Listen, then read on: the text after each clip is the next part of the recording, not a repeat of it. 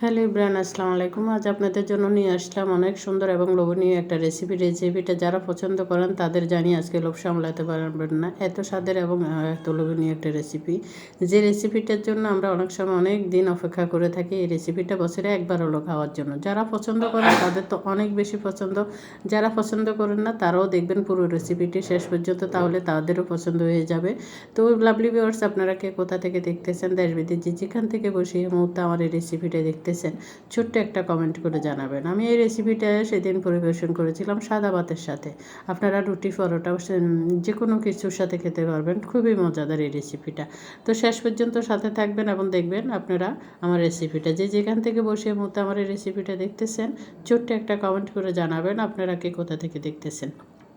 তাহলে আমি জানতে পারবো আপনাদের কে কোথা থেকে দেখতেছেন, কোন দেশ থেকে বসে দেখতেছেন। তো সেই রেসিপিটা দেখার জন্য শেষ পর্যন্ত সাথে থাকবেন। শুরু করতেছি আমি প্রথমে।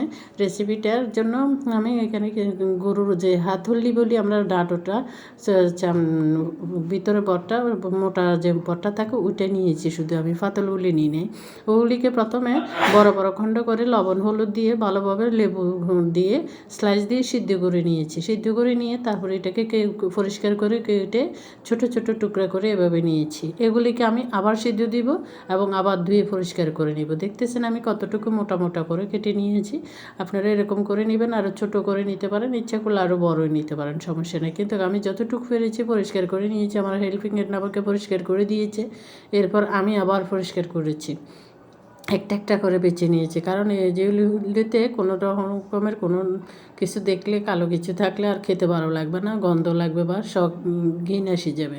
তো সেই জন্য আমি ওই রেসিপিটা করার জন্য এখন এই কুটে রাখা বটগুলিকে খুঁটো দিয়ে পরিষ্কার করে রেখেছি। আবার পরিষ্কার করব, এগুলিকে আবার সিদ্ধ করে আমি ভিতরে আমি চাচ্ছি চর্বি, যে আলাদা কতগুলি চর্বি থাকে বটের মধ্যে, ওই চর্বিগুলি যেন চলে যায়। আমি ওই এক্সট্রা চর্বিগুলি রাখতে চাচ্ছি না।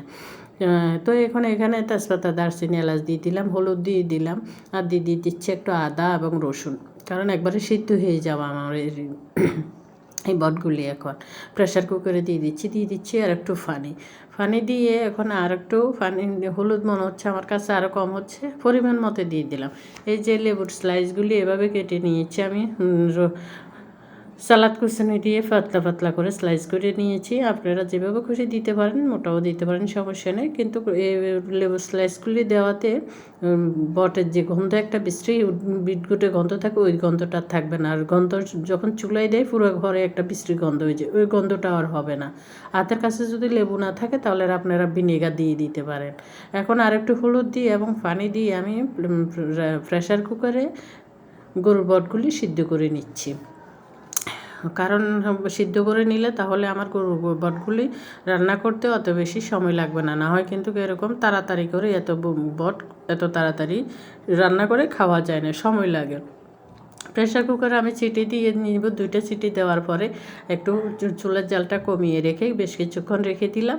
দিয়ে এই যে আমার সিটি দেওয়া শেষ হয়ে গেছে, এরপরে চুলার বন্ধ করে আমি প্রেশার কুকারে সম্পূর্ণ বাষ্পটা বাইর করে এরপরে প্রেশার কুকারটা খুলে দিয়ে নিয়ে এখন আমি এগুলি ঢেলে নিচ্ছি একটা খাসিতে নিয়ে আমি পানি দিয়ে এটা ভালোভাবে আবার ধুয়ে নিচ্ছি।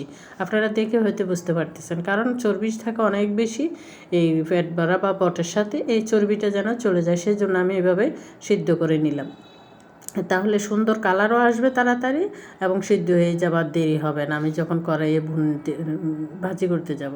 তো এর জন্য এখন বটটা ভুনা করার জন্য এখানে আমি বেশ কিছু পরিমাণ দারচিনি, এলাচি, তেজপাতা, গরম মশলাগুলি আর কিছু পরিমাণ গোলমরিচ দিয়ে এগুলিকে একটা হামাদিস্তে চেঁচে নিচ্ছি। আর এদিকে কিছু পেঁয়াজ এবং রসুন কুচি করে নিলাম। এগুলি নিয়েছি আমি জাস্ট একটু স্পাইসিটা, গন্ধটা আমার কাছে অনেক বেশি ভালো লাগে যদি এইভাবে সাথে সাথে থেতলে দেওয়া যায়, বেশি না, একটু আড়া ভাঙা মতো করে দিব আর কি। তারপরে এই যে এগুলি সব রেডি। এখন একটা বড় কড়াই বসিয়ে দিলাম, সেখানে পর্যাপ্ত পরিমাণে সাদা তেল দিয়ে দিচ্ছি। তেল দিয়ে এখানে আমি আগে থেকে হামাদিস্তায় যে ছেঁচে রেখেছিলাম ওই মশলাগুলি দিয়ে দিলাম। এরপরে গরম দিয়ে দিলাম ওখানে শাহি জিরে আর গোটা জিরে, এগুলি দিয়ে এখন এখানে আমি রসুন কুচি দিয়ে দিলাম। রসুন কুচিগুলি যখন একটু ব্রাউন কালার হয়ে গেছে তখন দিয়ে দিলাম পেঁয়াজ কুচি, দিয়ে এখন আদা বাটা রসুন বাটা আবার নতুন করে সব কিছু দিচ্ছি, কারণ এগুলি মশলা না হলে গোস্ত জাতীয় জিনিস খাওয়া যাবে না। এখন দিয়ে দিলাম তেজপাতা, তেজপাতাটা দিয়ে আমি আরেকটু অপেক্ষা করব আমার পেঁয়াজগুলি ব্রাউন কালার হওয়া পর্যন্ত, একদম লাল লাল করার দরকার নাই। এই যে পেঁয়াজগুলি যখন এরকম হয়ে গেছে, কালার এসে গেছে, তখন এখানে আমি দিয়ে দিচ্ছি একটু করে হলুদের গুঁড়া, পরিমাণ মতো হলুদের গুঁড়া, গরম মশলা, মরিচের গুঁড়া, জিরের গুঁড়া, ধনিয়ার গুঁড়া, মাংসের মশলা দিয়ে এগুলি একটু নেড়ে ছেড়ে নিব। নেড়ে চেড়ে দিয়ে একটু কষিয়ে নিব জাস্ট। এরপরে দিয়ে দিচ্ছি পরিমাণ মতো লবণ, দিয়ে এখানে রাঁধুনি মাংসের মশলা দিয়ে দিচ্ছি আমি। পরিমাণ মতো সব কিছু দিবেন, কারণ যারা রাঁধুনি হয়তো একটু বেশ হয়ে না হয় কম রান্না করবেন, কেউ সবসময় তো একরকম রান্না করে না, পরিমাণ মতো করে দিয়ে দিবেন সব কিছু। যতটুকু জিনিস রান্না করবেন ঠিক ততটুকু পরিমাণ করে জিনিস দিয়ে দিবেন। এটা আমাদের প্রতিটা রাঁধুনিদের একটা আইডিয়া হয়ে যায়, হাতের সাহায্যে বা চামচের সাহায্যে পরিমাণ মতো আমরা দিয়ে দিতে পারি। এরপর একটু পানি দিয়ে কষিয়ে নিলাম মশলাগুলি। এরপরে দিয়ে দিলাম আমি আগে থেকে কুটে দিয়ে পরিষ্কার করে রাখা গরুর বটগুলো দিয়ে আমি ভালোভাবে মিশিয়ে নেব, যেন মশলার সাথে বটগুলি একদম মিশে যায়। মশলাগুলি বটের সাথে ভালোভাবে মিশে গেলে এরপরে একটু অপেক্ষা করব, কিছুক্ষণ পরপর শুধু আমি নেড়ে দেবো। এই পর্যায়ে কিন্তু এখন আমার চুলার জালটা আমাকে কমিয়ে দিতে হবে, কারণ না হয় নিচ থেকে ফুরে যাবে, জিনিসটা খেতে ভালো লাগবে না। কিছুক্ষণ পরপর শুধু নেড়ে দিতে হবে। এই যে এখানে একটু টমেটো পেস্ট দিয়ে দিলাম, ফ্রোজেন করা ছিল, ওগুলো দিয়ে আরেকটু ভালোভাবে নেড়ে ছেড়ে নেব। এগুলো অনেকক্ষণ ধরে সিদ্ধ করতে হবে, ভাজি করতে হবে। এখন আমি কিছু সরষের তেল দিয়ে দিলাম, কারণ সরষের তেল দিলে এটা একটু কালো ভুনার ওই ফ্লেভারটা আসবে, সেজন্য। এভাবে শুধু নাড়তে থাকবো ঘন ঘন, নিচে দিয়ে যেন না ফুটে যায়, এটাই শুধু খেয়াল রাখতে হবে। আমার কাছে মনে হচ্ছিল আমার বটগুলো অনেক বেশি হচ্ছে না তাড়াতাড়ি, সেজন্য আমি কিছু বট তুলে রেখে তারপরও অল্প করে নিয়ে সেগুলিকে ভাজি করে নিচ্ছি, কারণ বেশি জিনিস হইতে অনেক বেশি সময় লাগে, সুন্দরও হয় না। তো এখন কিছু বট আমি একটা বক্সে তুলে রেখে দিলাম, রেখে দিয়ে বাকি বটগুলিকে আমি ভালোভাবে ভেজে নিব। ভেজে নিলে অল্প জিনিস তাড়াতাড়ি হবে।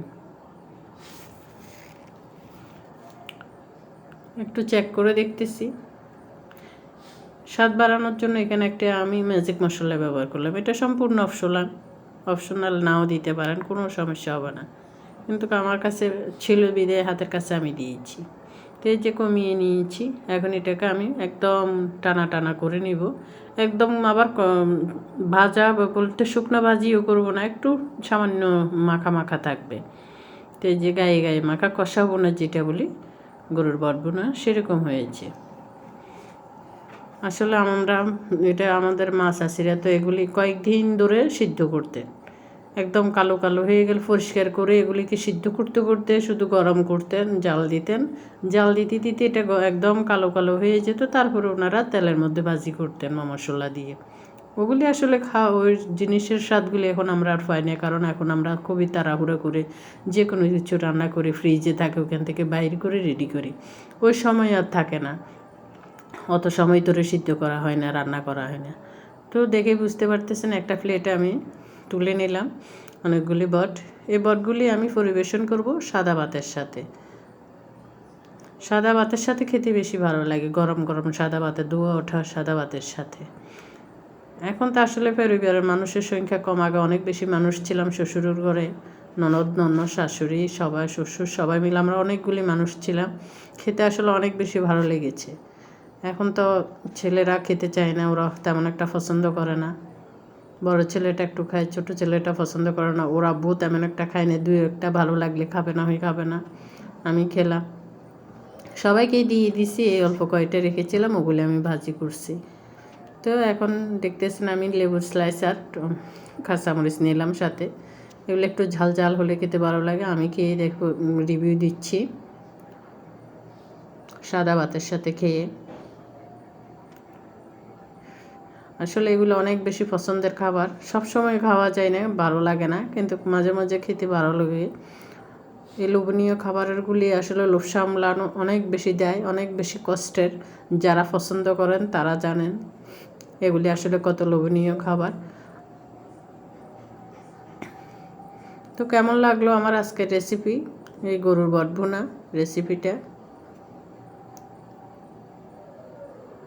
ভালো লাগলে ছোট্ট একটা কমেন্ট করে যাবেন। আর যদি আমার পেজটাতে ফলো দিয়ে থাকেন তাহলে তো ধন্যবাদ। আর যদি না দিয়ে থাকেন, ছোট্ট একটা রিকোয়েস্ট, আমার পেজটাতে একটা ফলো দিয়ে যাবেন। আর যদি ইউটিউব থেকে দেখে থাকেন তাহলে একটা সাবস্ক্রাইব করে যাবেন। আর মাঝে মাঝে তৈরি করে খাবেন, পছন্দের জিনিসগুলি মাঝে মাঝে তৈরি করে খাবেন, রুহুকে কখনো কষ্ট দিবেন না। হাতের কাছে ফেলে যতটুকু পারেন সুন্দর করে রান্না করে খাওয়ার চেষ্টা করবেন। যে যেভাবে সবাই রান্না করেন, এক একজনের রান্নার স্টাইল এক এক রকম, এক এক রান্নার স্টাইল এক এক রকম, স্বাদও এক এক রকম। তো মাশাআল্লাহ, খেতে অনেক বেশি দুর্দান্ত হয়েছিল। সাদা ভাত, পরোটা, রুটি যে কোনো কিছুর সাথে খাইতে ভালো লাগে। আমি সাদা ভাতের সাথে খেয়ে দেখাচ্ছি। দেখতেছেন আমার পুরো ভাত একদম হলুদ হলুদ হয়ে যাচ্ছে, একদম রসা ভুনা, কিন্তু ঝোলটা যখন একটু ভাতের সাথে মেখে নিচ্ছে অনেক বেশি হলুদ, একদম সুন্দর কালার এসে গেছে। সঙ্গে একটু কাঁচামরিচও নিচ্ছি। তো সবাই ভালো থাকবেন, সুস্থ থাকবেন। আল্লাহ হাফেজ, আসসালামু আলাইকুম, শুভরাত্রি সবাইকে।